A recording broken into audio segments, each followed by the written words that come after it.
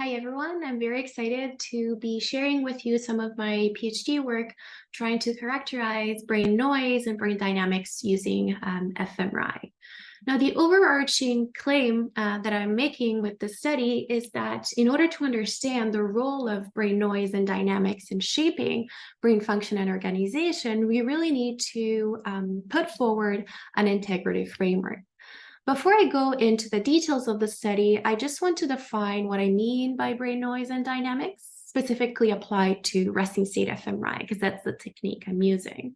So in both cases, what I'm referring to is quantifiable changes over time in the output of the system. And in our case, it will be in the bull signal that is coming, from brain activity. And because we're using fMRI, we will be looking at changes that are happening in terms of seconds and minutes. And these changes are happening in brain regions, networks, and functional hierarchies. Now, the way I estimate brain dynamics is by using what's called dynamic functional connectivity. So I'm just looking at fluctuations in the way brain regions talk to each other, and so in the way they're connected to each other. And when I'm saying brain noise, I'm referring to what's called bull signal variability. And the reason why I refer to it as brain noise is because typically or historically in fMRI, scientists have been disregarding or not looking at variance that is present in a time series. Instead, scientists have been looking at measures of central tendency. And so anything that was fluctuating around the mean was just considered noise. And instead here, we're actually interested in quantifying the biological meaning of what, in the past has been referred to as brain noise. And the way I estimate it is by looking at moment-to-moment changes in each region or in the bull signal coming from each region by estimating just how different the signal is from one time point to the next. Now, one question you may have is, why are you interested in brain noise and brain dynamics? And the reason for this is because across disciplines, stochasticity or in other ways, or in other terms, the property of the system to be in a probabilistic state really is important because it carries information about the organization of the system itself. And this is something that we've learned recently in astrophysics with the discovery of the presence of a probabilistic or noisy gravitational wave background that really may be telling us more about how the universe came about. Now, when we apply this in neuroscience, it has been extensively shown that stochasticity or probabilistic, or in other ways, variability in response and in the state that the brain is in is actually present at every level of the central nervous system. And this probabilistic spontaneous activity is actually highly related to how the brain responds to stimuli in the environment. And because of this, the importance, as you can see, of the brain being inherently dynamic and variable, theoretical neuroscientists and computational neuroscientists have been trying to understand how or what this spontaneous brain activity is. And one idea is that it's the combination of dynamics, some sort of signal delays, and noise. And in fact, as you can see here, as it's in this example, when you have a system that is stalled in the presence of noise, that's when the system is able to explore all the manifold or trace a lot of trajectories around it. In an example of a computational models that integrates this idea, you can see that when you start from regions that have different smoothed time series and you add heterogeneously noise to these time series, it's just this manipulation of adding noise to the time series that lets you recapitulate the data at hand. And in this case, it was the functional network organization. And so, going from theories and computational models, what's left now to do is to really understand what is the biological meaning of the brain being inherently noisy and dynamic. And so here, what I'm putting forward is this idea that because I'm working with resting state fMRI data, is that we really need an integrative framework to answer this question. And there's four main reasons that I identified as to why that's the case. First is that there's a lot of different data types in terms of, how fMRI data is collected, pre-processed, and so on and so forth. There's a lot of ways we can assess, bold dynamics. And because of these 2 points, there's also the research that is coming out in terms of, what are bold dynamics it's done pretty much in silos. And so it's independent from one another. And it's really permeated by a lot of methodological complexity that may deter people that are interested potentially in looking at dynamics from, incorporating dynamics in their own study. And so here, what I'm proposing is to really bring together different metrics, different data types, different scales and modalities to understand what is the role of noise and dynamics in brain organization.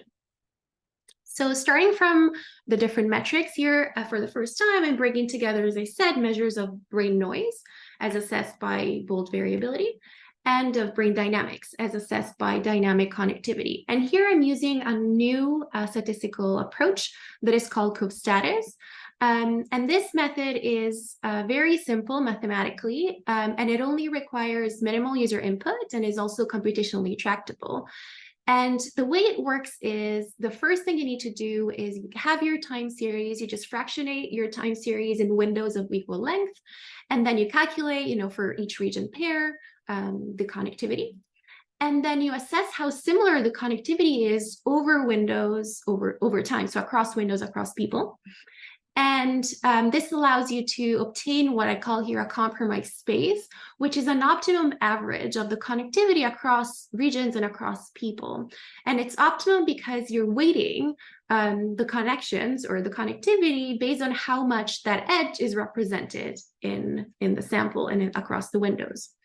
And then similarly to your standard principal component analysis, you do an eigenvalue decomposition on this matrix.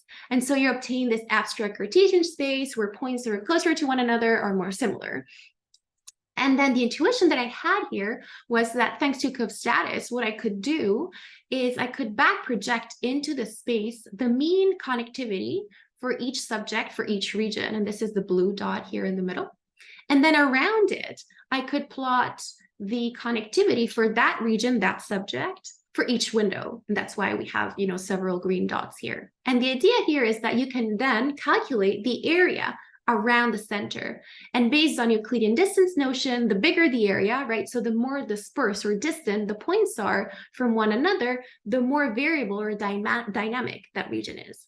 And so in this way, what we can get is measures at the regional level for brain noise and brain dynamics that are simple.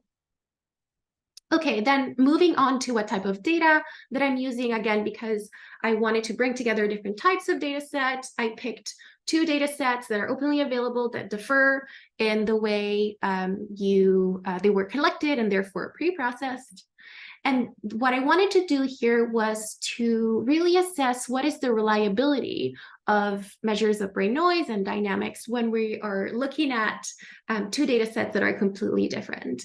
And as you can see here, it's pretty striking how measures of brain dynamics obtained via connectivity are actually more reliable, right, at the regional level compared to measures of brain noise. And this is something that is not surprising if you think that how they were derived statistically, right, because dynamics are more far removed from the underlying data in that they involve several steps. And this is compared to how I derived brain noise. And the second thing that I want to highlight is how higher order networks, such as you can see here, the default and the control network, are actually more reliable than lower level networks. And here, the way I interpret this is that this is in line with the idea that higher order systems tend to fluctuate at a slower rate and therefore may be less susceptible to data type acquisition or how fast you're collecting your data and so on and so forth.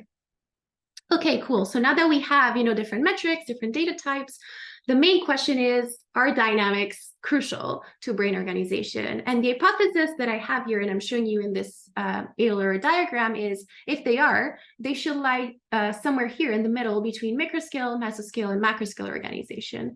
And so what I did here, I really brought together open data, trying to characterize each one of these domains. And so I have, layer, cellular, layer differentiation values, receptor data, PET data, MEG data, and fMRI data. And what I'm showing you here, so just to reiterate, we have two samples, right? Two different metrics. So I'm showing you everything that is duplicated, basically. So our two metrics of interest, so noise and dynamics, are here in green. You can see in this correlation matrix and here in the spring embedding plot.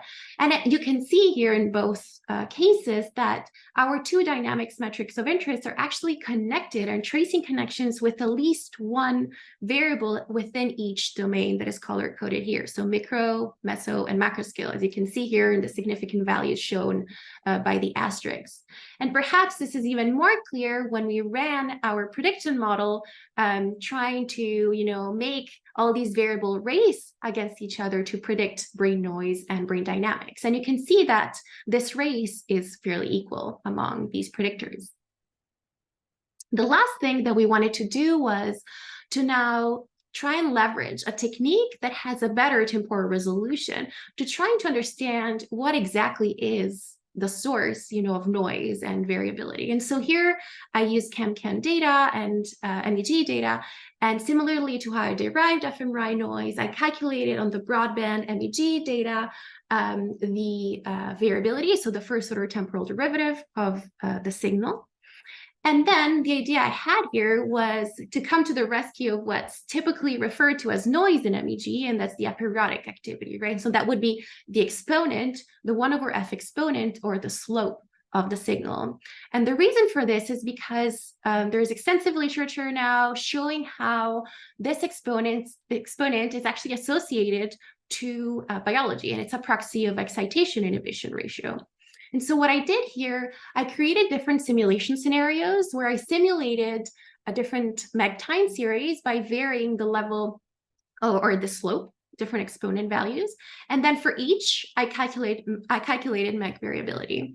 And then I related the two, right? And this is what you see here in this graph. And as you can see, there's a very strong negative relationship. And the way, I'm interpreting this is that greater noise, so greater MEG variability, is associated with a lower or a flatter exponent, which is indicative of more excitation. And what was also nice to see is that this association actually is plateauing towards the end, potentially showing how there is an upper bound on inhibition in the cortex. And finally, to bring this all home, what I wanted to do was, and what I did was to associate or relate measures of MEG noise to measures of fMRI bold noise and dynamics. And you can see across metrics, across samples, there was an association across these two. So altogether, I showed you how stochasticity or dynamics and noise do carry information about the organization of a system. And I really try to bring together independent lines of research, resolving methodological complexity, and hopefully increasing accessibility to the field of dynamics, to really drive home the point that noise and dynamics are crucial emergent properties of the brain, and that across different data types, different metrics, they have a multifactorial, multiscale, multimodal nature. And here I really want to, come full circle in terms of how I started my talk, where I showed you that I went from, theories to computational models to empirical data.